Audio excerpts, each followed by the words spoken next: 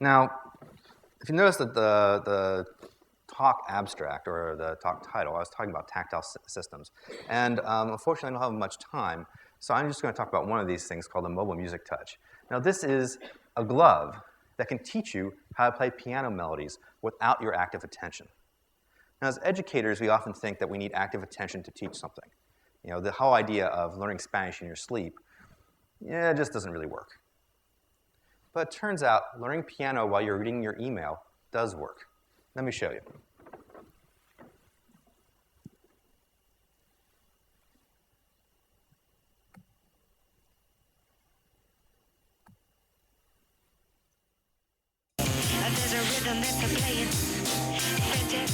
All right, in today's Big I segment, technology to help you learn to play music just by touch. It's TJ and the Pips here today. Researchers at Georgia Tech have developed a glove that connects to your cell phone, your MP3 player, or laptop. As the music plays, the tips of the glove vibrate on your fingers to correspond with the fingers you would use to play that song. Yes. Not just about learning to play music, though. It can also help be used as a rehabilitation device for people who have lost use of their hands. Technology is going to be highlighted at a future Media Fest at Georgia Tech here in Atlanta next month.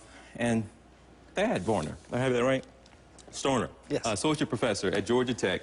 I have Chad here because Chad has been practicing with this for the past hour or so. So we'll put it to the test here in a second. But initially, just explain what this is to lay people, if you will. We're trying to understand. Well, if you're like me, okay. You would really like to learn to play a musical instrument like piano, okay. but you really don't have the time to do the practice.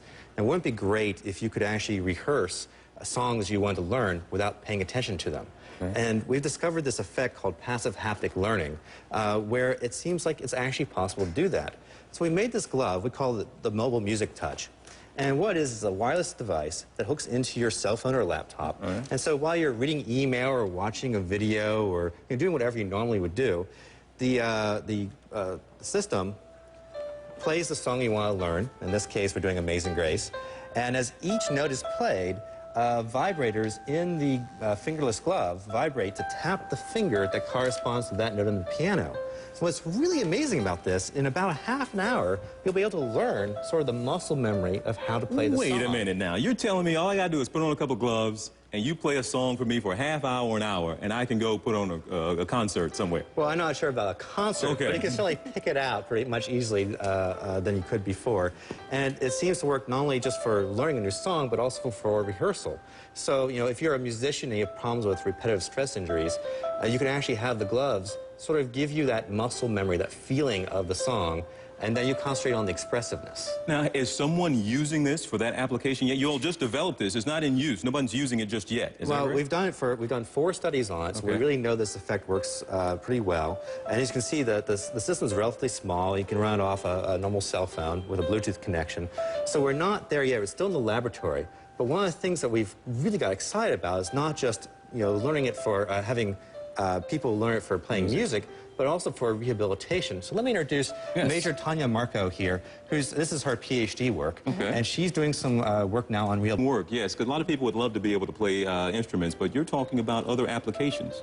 Yes, sir. What we're looking at is using it as a form of hand rehabilitation. So we're currently working with people who are designated as quadriplegics, which means due to a break in the neck, they've lost the ability to use, some ability to use the 4 limbs. What we've done is worked with a few folks, and they've tried the glove. One thing that's really neat about it is they get to play the piano, which is actually a form of rehab in and of itself because you're doing some fine, dexterous movements with the hand. But we've had some interesting comments about the vibration, that it tended to kind of remind them of where their fingers were, because many of these people have lost the ability to sense with their hands. So if they touch an object, they don't get that feedback of actually touching something.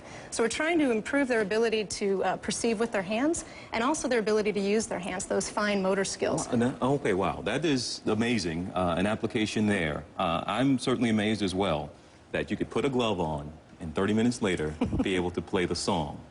Chad has had this glove on for how long now? About 45 minutes. About 45 minutes. What was the song? Well, this is what the song would have sounded like. Okay, that's before. That is my musical repertoire. Okay. That's how good I can do it. So, he's had the glove on for 45 minutes. And what was the song, by the way? Ode to Joy. It's Beethoven's Ode to Joy. Oh, this ought to be good. All right, Chad. Okay. This thing buzzed.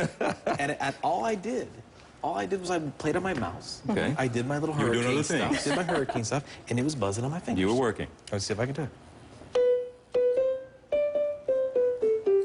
Oh, you gotta be kidding me. Are you kidding me? Now, do you have any talent, a background in music? Ever played the piano? Okay, you get the idea. What's really funny about this guy is he's a meteorologist. So he's back at CNN's news desk tracking the hurricane, right? And we put the glove on him.